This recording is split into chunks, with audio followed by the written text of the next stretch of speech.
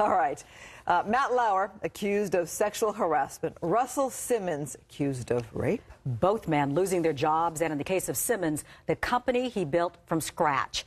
Joining us to talk about this and more is Heidi Hamilton from Dish Nation and the Frosty, Heidi and Frank show. And Heidi, let's first stop by talking about Matt Lauer, a household name across the country, if not the world, apologized today for his actions. But what were your thoughts when you heard it? Well, I mean, first of all, I was going back and forth texting friends, and it's like, not that anybody is sacred, but one of my friends texted me and went, Matt Lauer? Heartbreaking. You know, it's like, you think, oh, he's one of the good ones. And, you know, he's been with the Today Show for so long. I was like 20 plus years. I was joking on Dish Nation. I was like, he's been there for so long. He started with hair, and now he has no hair. But, yeah, I mean, the apology, for me, it always falls a little short, honestly, because I don't know. You're apologizing because you have to. Mm-hmm. You're not, you know, he's saying I have this revelation now, and I behaved badly. But some of the stuff that he did, I don't know that sorry is enough, you know, and now he's saying since he's out of a job, his full-time job will be trying to become a better man, which I guess is good. I feel sorry for his wife. I certainly feel sorry for his 3 kids because that had to be an awkward conversation to have. Isn't it interesting to watch the morning shows, NBC and CBS, as those anchors are revealing this information about their colleagues? Yeah, I think that's the really strange piece, too. But I think NBC is on the right side of this because somebody at NBC had said, you know, and as you guys know, being anchors and journalists, like your integrity and your honesty in the audience has to look at you and trust what you're saying. The second you lose that, you're done. Like, you have to have that.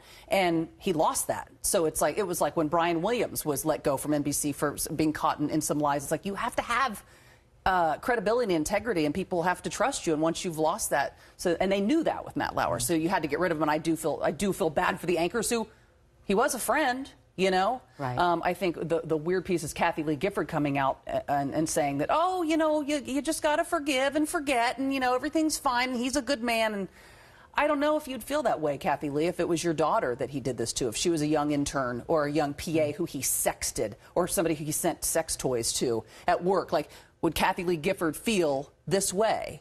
And she's been through her own scandal. And she did mention that, but it's like that's between a husband and wife. This is between, you know, a man in charge and an underling or another colleague or something. And so I think it's weird for her to come out and just be, you know, because I remember her coming out and saying, oh, Harvey Weinstein, oh, forgive him, let God handle it. Like, that's a little weird for me with she's come to the defense of other people in the past, including Donald Trump. About forgiveness. Right. But on to Russell Simmons. Let's talk about Russell Simmons. Initially, he seemed to be downplaying the allegations against him. Those other shoes dropped today, and he had to step back from the company and everything. Which I think is good. I think he did the right thing there because there are so many people in his company, so many people who depend on, I mean, he's got his hand in a lot of different companies. There are so many people who make a living because of him, so if he's attached to it, it may hurt those people. So I think he did the right thing by stepping down because, yes, he has been accused, 2 allegations of rape back in 1991. Now, he originally kind of downplayed it, like you said, and he came forward and said, oh, I'm remembering the evening in 1991 differently. And I said, too, as we talked about on Dish, you know, it's one thing to have a couple drinks and you and a girlfriend are like, did that happen? We're remembering the night differently. But I think when it involves rape, which is what it involves, I don't know how you can misconstrue that. And the woman today who made the accusation, she's big in Hollywood, as is her father. Yes, Jenny Lumet, she was screenwriter for The Mummy and Rachel Getting Married.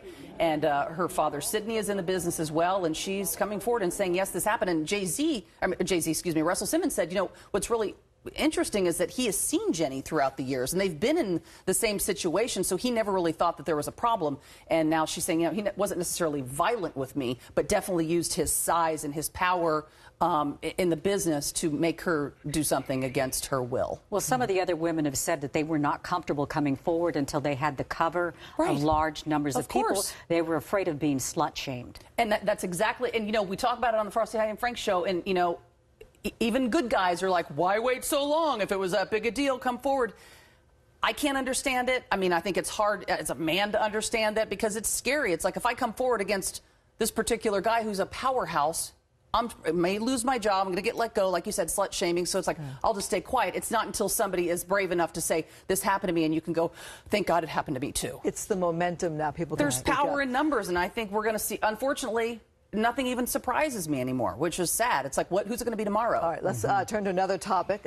Jay-Z talking about being unfaithful to Beyonce. Now, he has his album, she has her album, so there's been talk of this. Right. Well, yeah, and now we're talking about it, and it's sort of been confirmed because he did an interview with the New York Times, and basically admitting that, yes, he did, in fact, cheat on Beyonce. A lot of people who follow their music and their careers sort of know. I mean, her Lemonade album was talking about he was cheating, and he did it with Becky with the good hair, and his single and album, 444, he basically admits to cheating on Beyonce and not really realizing that it was bad until after his children were born, and the miracle of the natural born twins and all of this stuff. But he kind of blamed, like, growing up and having a hard life in Brooklyn by not being able to connect with women. And I don't know. I mean, you've got Beyonce's at home and your wife, and you have this relationship, and it's like, it's a head scratcher. It is a head scratcher. But for after the incident of Solange in the elevator, I think a lot of people thought now we know what that was about, right? That was the sister coming to the defense how of her dare sister. you? Yeah, you don't mess with with Beyonce's sister. No way. But he also said that through their pain, they put out these two projects. That the music was their therapy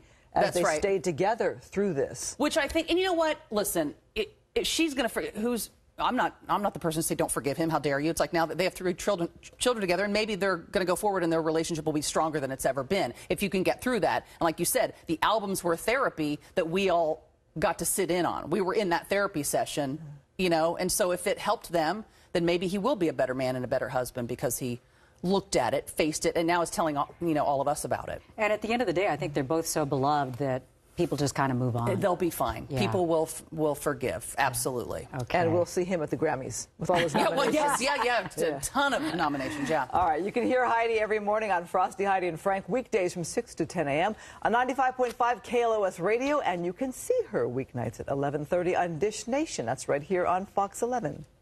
Thank you so much. Anytime.